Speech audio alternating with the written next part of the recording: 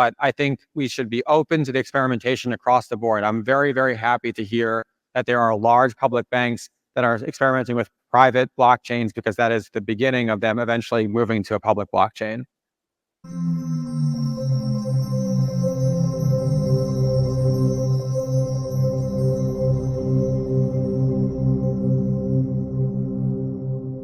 Alrighty, what is going on, everybody? Welcome back to another CYPRX video breakdown. In today's video, we are going to play fundamental video clips that are going to show you all that the course of our financial system is, for a fact, going through a massive transformation as we speak. We're going to be listening to some perspectives from some industry-leading experts, particularly talking about the moment in history in which we are currently living through, and how eventually the financial system and the entire financial infrastructure and all the money, maybe not all the money, but a large portion of the traditional financial system is going to move onto public blockchain networks. And in today's video breakdown, we're going to be showing you exactly that. So hopefully you guys enjoy this. Do us a favor, smash that thumbs up button and subscribe if you like this type of research. Stick around for the entirety of this video breakdown, because it is going to full circle towards the end. We're going to fixate our attention on something that some XDC representative said, and an individual representative from Impel, the CEO in particular, and how he mentioned that digital assets are the solution.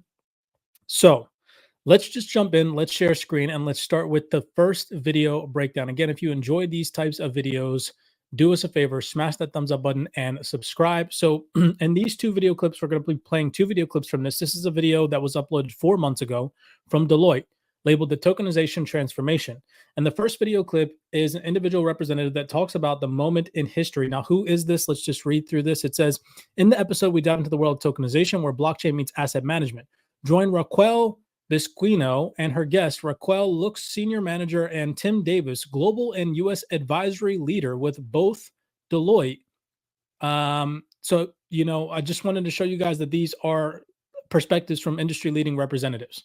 They're not just some random Joe Schmo retail investor on the street. Okay, so just take a second and listen to what this representative says right here.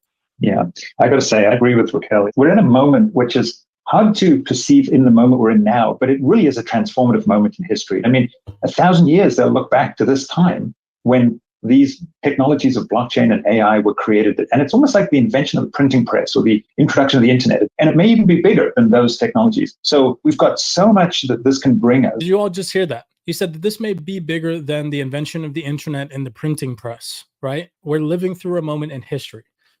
And then we're going to listen to this lady that is on this specific podcast, and she goes on to mention Web3 and just how everything is about to be tokenized. So just take a second and listen. This is going to set the precedence for what we're talking about with all these large financial institutions moving over to public blockchains. That's what I want everybody to see, is that there's a whole lot of smoke and fear and uncertainty and doubt amongst manual retail investors because of Twitter and because of YouTube, where these people with no credentials are telling you guys that these financial institutions are never going to adopt public blockchain rails. And that is the farthest thing from the truth. So let's just take a second and let's listen to this industry-leading representative talk about Web3.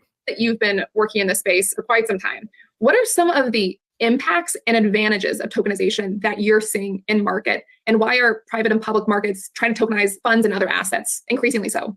I want to just take the audience back on a journey, help connect the dots. I think most of us here remember Web 1.0, circa 1990s, when the internet was still a novel concept, right? When wide leg jeans were a fashion statement. And the era of that web was described as read-only, right? We were able to only read content. It was basic HTML pages with basic text and hyperlinks to more static pages.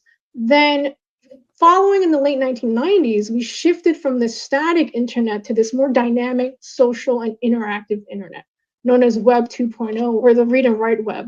I could post a video of my cat doing magic tricks on my social media platform for you and Tim to like it, comment it, repost it, and share it with your network. And what Tim just described here is the advent of Web 3.0, this new revolution of web interaction and what's known as the Internet of Value.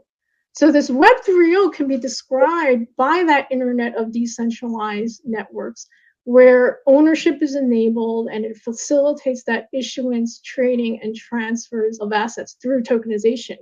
And as Tim mentioned, anything intangible or tangible could be tokenized: money, stocks, bonds, securities, digital identity, copyright, patents, music. Thanks to this blockchain technology, different creators, for example, can use these blockchain-based platforms, upload their music, their books, their artwork, and that musician and author can earn a digital token every time a user streams or reads their book within that platform. Right? And these artists will now have the mediums to earn more fair. Okay, so we'll stop it there. Bottom line is she's discussing and talking about how everything in the future can be tokenized. That presents such a massive opportunity when you're talking about the growth of this ecosystem moving forward. Give or take the trials and tribulations that we're set to experience along the way, those are undeniable. But we have to understand the opportunity at hand for a life-changing wealth if we position ourselves correctly with the organizations, the blockchain protocols, the digital assets that are set to revolutionize the future of finance. Moving forward, this is an ex-Ripple representative, Thomas Cohen, and he goes on to touch about the same topic, how in the future everything's going to be tokenized. He specifically uses an example.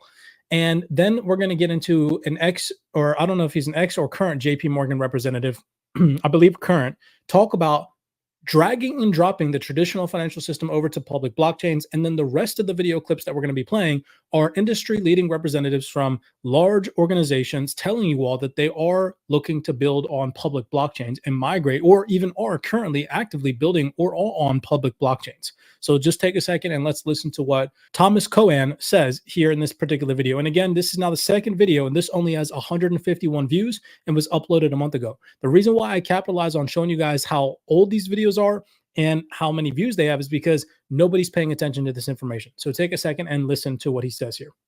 So I thought I would do a quick, they very really 1708. They've tokenized 10% of it for retail, for fans to be able to engage and own part of the team that they cheer for. And then, of course, I thought I would highlight as well that Galaxy actually recently tokenized a Stradivarius violin from 1708. We had a client come to us who talked about how the collateral that we were using before, Bitcoin, Ethereum, and other crypto assets, was quite volatile. And so he said, well, I have this violin, and by putting it on chain, it means that he can get a much higher TVL on the loans and the financing that we were offering him. So really, that's the idea. Is we see all these different assets, we see these different utilities, and what they really do is drive the narrative and make people think differently and make people think, okay, this doesn't happen in normal TradFi, so there must be something here. And that kind of gets us to the pilots and the proof of concepts, which to me is, I think these are earliest on, but at the end of the day will likely have the highest impacts. Because you see the Regulated Liability Network, Project Guardian, the KKR fund that was tokenized on Avalanche. And while they very much are in project and pilot mode, those final reports do catch the eyes of senior executives, and they do change the direction in the long term of capital allocation between these major firms. And I think we see that with, Onyx is a great example where Jamie Dimon is known to be a comparative critic of the space, yet Onyx has hundreds of people working at it because they recognize the power of the underlying technology and the way that it can be integrated into the space in a specifically advantageous way just for traditional financial products, let alone the future financial products this technology enables. So right there, he goes on to say that these large financial institutions, they recognize the power of this technology. They know that even if they're skeptics on stage and they're skeptics and that's being pumped out to the mainstream media, these large financial institutions know for a fact the power of this digital transformation and blockchain technology. So that's going to lead me over to an individual representative from JP Morgan. I believe he is an active JP Morgan representative, openly telling you all this on stage, that they're testing this, that they're building this out in such a way in order for them to eventually drag and drop the old traditional system over to these public blockchains. And that just blew me away because of what I'm going to share with you guys in some later video clips. Make sure that you stick around for those, where large organizations are already doing this and they're saying this on stage, which just confirms what this representative said 9 months ago. This particular video only has 540 views. Take a second and listen. Now I'm going to try and attempt to speed through this because I don't want this video to be too long. So I'm going to put these videos on 1.25 speed. Using today. And Eric, I know you have really interesting opinions on where that's going to go in the future. Yeah, and maybe I can just provide a little bit of context in terms of just the traditional financial services market and how we think about the requirements really to be able to operate a safe and sound system. So, JP Morgan processes about $10 trillion of payments every day. That's 400 times the global stablecoin daily volume. The global FX market is about $5 trillion. And so when we think about utilizing blockchains as a settlement layer, we need the infrastructure to actually support these volumes, and we need them to support the scale that the traditional financial services market is at. So right now, clearly, there are a number of reasons, both technological-wise, but also regulatory-wise, as to why we have to use permissioned blockchains. However, you can think about these, globally ever-present, always up, highly redundant public blockchains as a really, really attractive settlement layer that can, service this global market. However, until we actually solve some of the key challenges, specifically around privacy, specifically around things like AML, KYC, it does become difficult for us to fully step into that environment. We did a project last year with the Monetary Authority of Singapore where we demonstrated what it would actually look like for a regulated institution like ourselves to utilize public DeFi protocols, to utilize public blockchains. And very clearly, there were lots of very insightful learnings for us. The transparency that you get around DeFi pools, for example, the ability to have anytime price discovery through a DeFi protocol, very, very important and interesting. Also, the lower cost.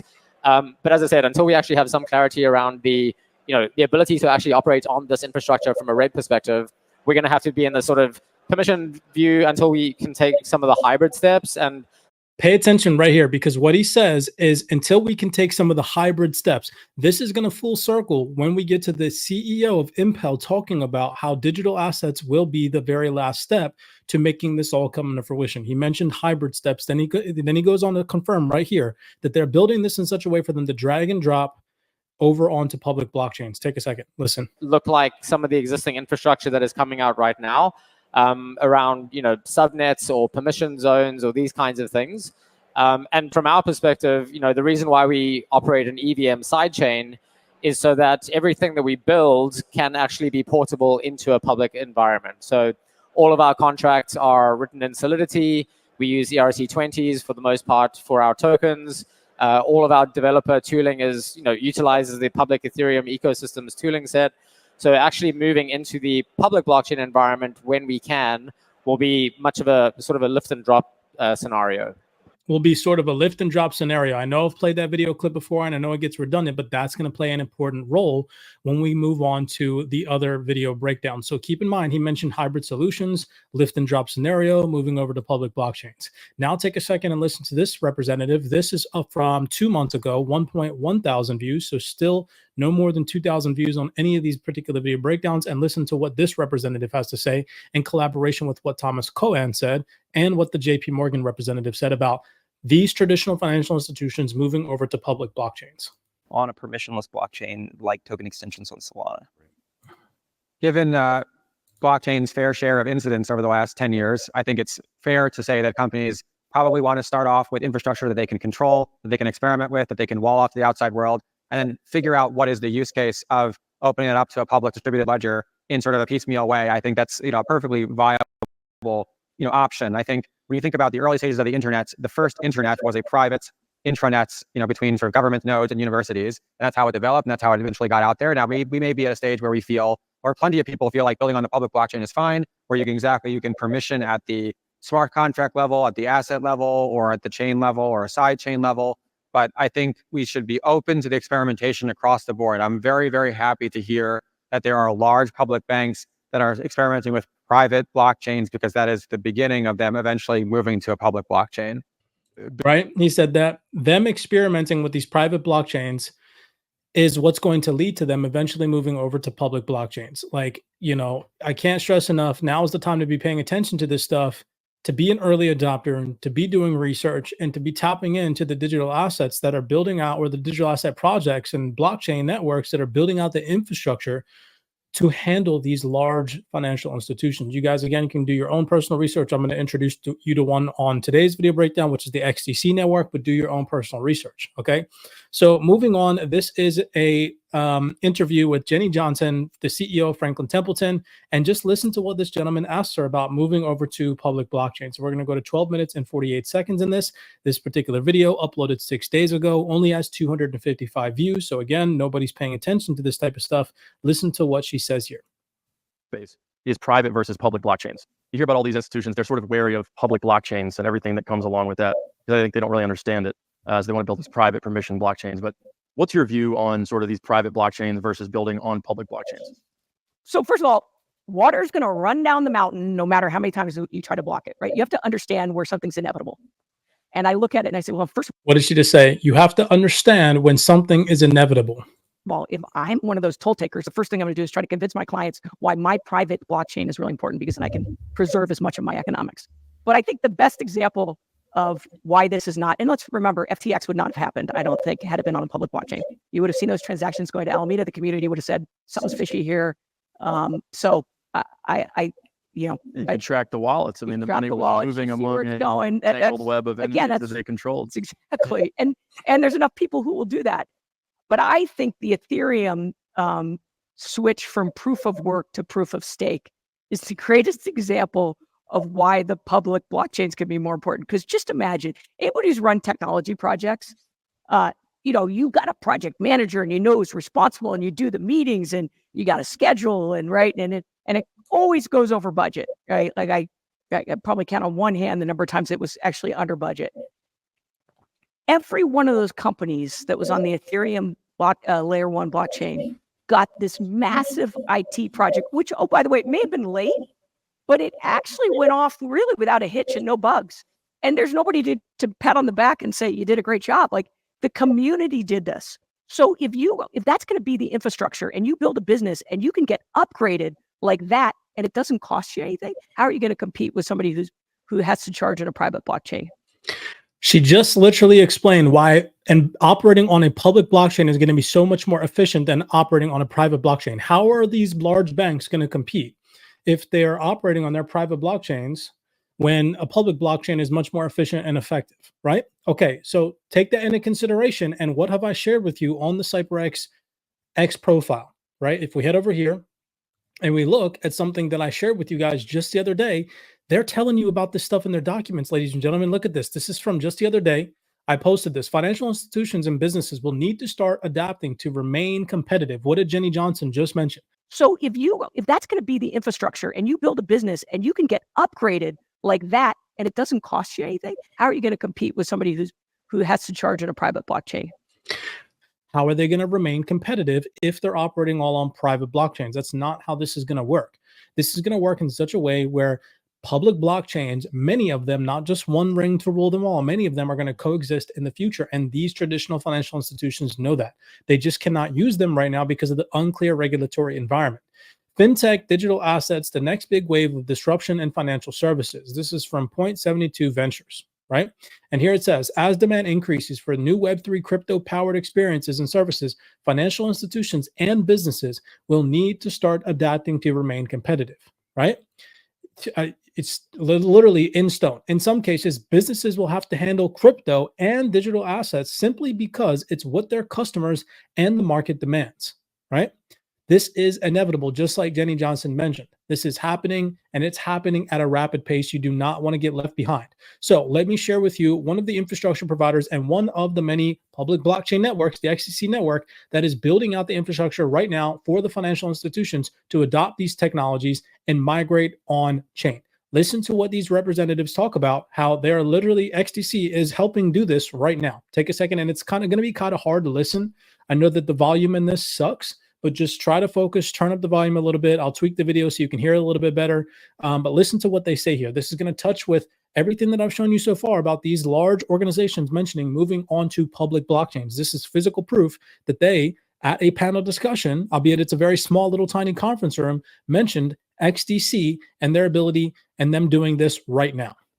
Are selling the assets to the special purpose vehicle using traditional ways. Over time, we could extend the tokenization to the full transaction, but basically, that's a very important design question when you're creating your products. How far do you need to go with tokenization, and can you bridge TradFi with DeFi, if we can use those high-level terms? Matthew, have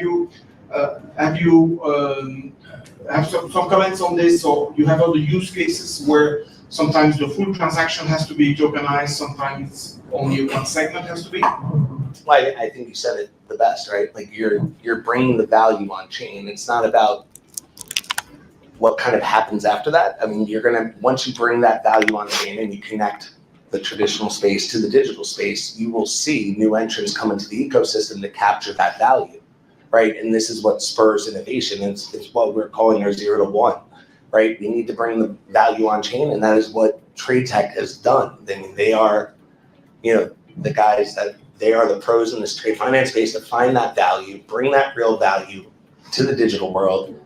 And then after that, in these markets so far, is over collateralized loans, right? I got that 3 times the amount of the loan to get a loan. Like, that's not realistic.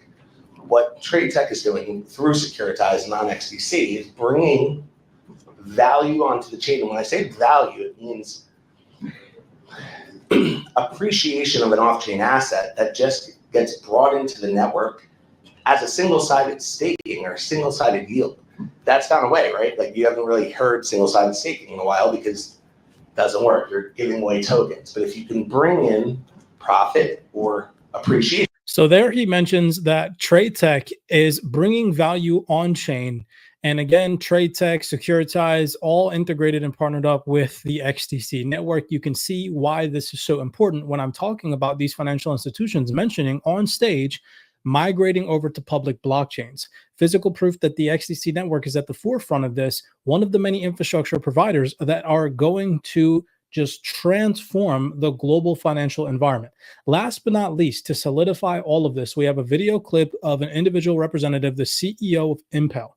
And I want you all to listen to what he says. This video breakdown is only from a year ago, only has 2,700 views, so not a lot. And listen to what he says about how digital assets are the final step in all of this. Take a second and listen. Regarding the ISO 20022 API, so we try to make it as easy as possible for existing entities that are using traditional providers just as a plug and play model. Else they would just kind of transition to a peer-to-peer decentralized model. Still using Nostro accounts, still using the central bank to settle up at the end of the day. So that would be a blend of the two, as we had talked about earlier. The next generation model is adding the digital assets in the messages payload. The next generation model is adding digital assets to the messages payload, and he mentions literally dragging and dropping, migrating over to this new system that they're building. What did the representative from JP Morgan mention on stage about them being able to drag and drop? That's literally word for word what he said, into hybrid solutions, public blockchains. We're going to have to be in the sort of permission view until we can take some of the hybrid steps, and those hybrid steps. The ISO 20022 API. So we try to make it as easy as possible for existing entities that are using traditional providers. We need the infrastructure to actually support these volumes, and we need them to support the the scale that the traditional financial services market is at. It's just as a plug and play model. The next generation model is adding the digital assets in the messages payload. So actually moving into the public blockchain environment when we can will be much of a sort of a lift and drop scenario. When the regulatory environment calls for it. Smash that thumbs up button and subscribe. Nobody is piecing this type of information together for you all. If you stuck around for the entirety of this video breakdown, word for word, I cannot stress enough that this is the type of information you should be paying attention to, and not all the fear, uncertainty, and doubt. Telling you guys that they're not going to use public blockchains, or that these digital assets aren't going to be utilized in this new Web3 ecosystem. If anybody thinks that these digital assets will not be utilized in this new Web3 ecosystem just because of stable coins or just because of CBDCs or many other digital assets out there, they are absolutely delusional. They don't understand what's being built behind the scenes. And I, suggest that you take it upon yourself to go and do your own personal research. So hopefully you guys enjoyed this video breakdown. If you did, do us a favor, smash that thumbs up button and subscribe to the platform. We do appreciate the love and the support. As always, do your own research. And with that being said, I will see you guys in the next video breakdown.